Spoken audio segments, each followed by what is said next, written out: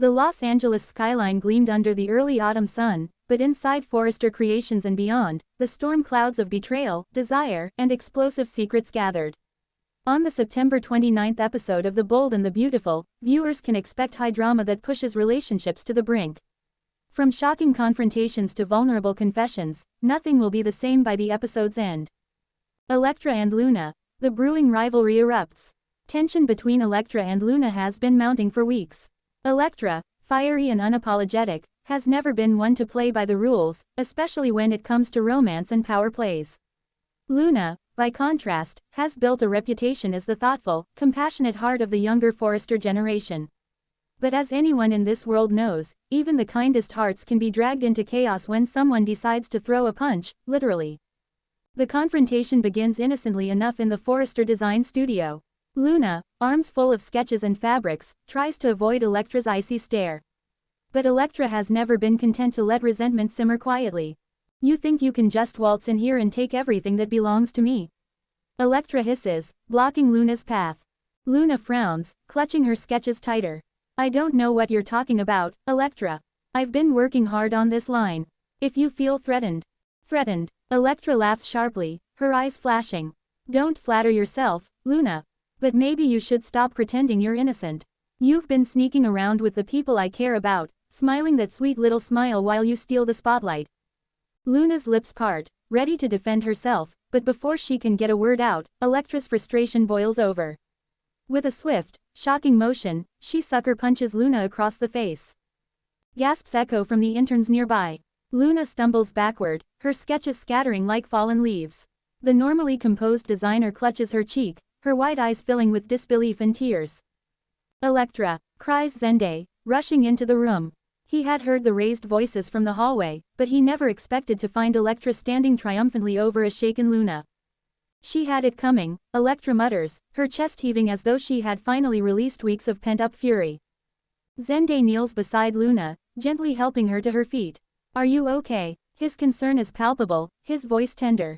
Electra notices his attention, and it only fuels her rage. "Of course. Run to her rescue, Zende. That's what you do. Pretend she's the victim when she's been playing us all along." Luna shakes her head, finally finding her voice. "I don't know why you're doing this, Electra, but violence isn't the answer. You've crossed a line today." The scene cuts with Luna being escorted out of the room, her dignity bruised but intact, while Electra watches, her own anger masking the flicker of regret in her eyes. Taylor returns, and finds Deacon. While chaos reigns at Forrester, a quieter but equally powerful moment unfolds across town. Taylor Hayes makes a return, her presence instantly commanding attention.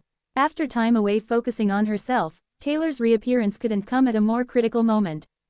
She heads to Il Giardino, the Italian restaurant that has become an unlikely epicenter for drama. There, she finds Deacon sharp wiping down a table, his expression distant and contemplative. "Deacon," Taylor says softly, her voice cutting through the din of clinking glasses. He looks up, surprised. "Taylor, wow, it's been a while." There's a pause between them, filled with the weight of their shared history, moments of trust, moments of suspicion, and the lingering question of what might have been if circumstances had been different. Taylor sits down across from him. "I've been catching up on everything I missed, and I couldn't help but wonder how you've been holding up." Deacon lets out a half laugh, rubbing the back of his neck. "Depends on the day. Some days I feel like I've finally built something solid. Other days," he trails off, his eyes darkening with the memory of Sheila and the choices that continue to haunt him. Taylor leans in, her gaze warm but firm. "You've been through hell, Deacon. But you don't have to carry it all alone." He looks at her, surprised by her compassion. "That's rich coming from you. You're always the one carrying everyone else's burdens. Who do you turn to, Taylor?"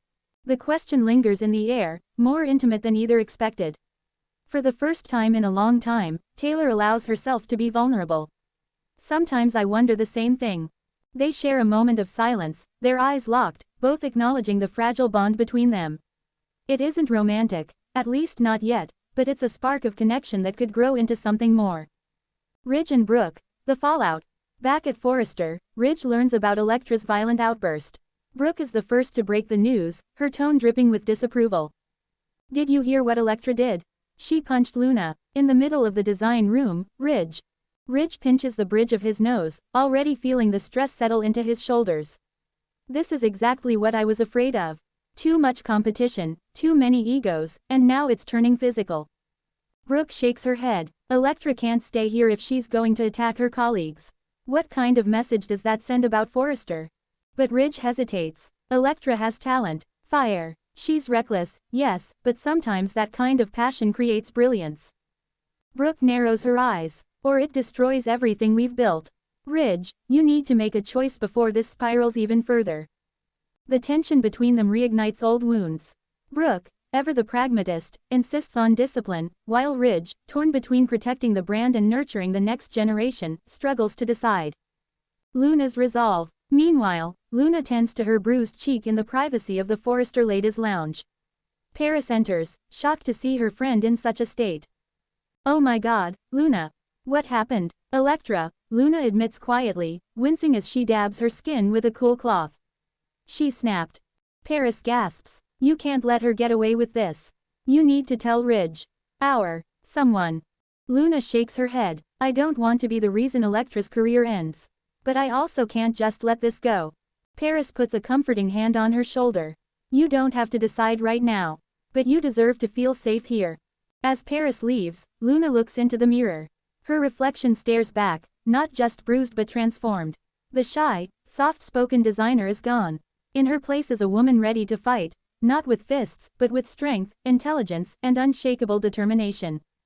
Deacon's secret weighs heavy. Later that evening, Deacon finds himself alone, replaying his conversation with Taylor.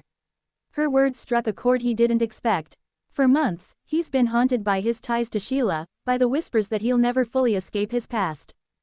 But Taylor's compassion opens a door he thought had been closed forever. Could he trust someone with the truth? Could he allow himself to imagine a future not defined by mistakes but by hope?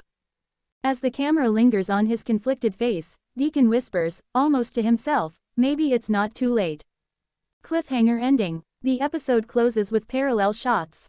Electra standing alone in the darkened design room, staring at her reflection in the window. She touches her clenched fist, her face a mix of triumph and fear. Luna, at home, carefully pinning her sketches to a board with renewed determination, her bruise a reminder of the battle she never asked for but is now prepared to fight.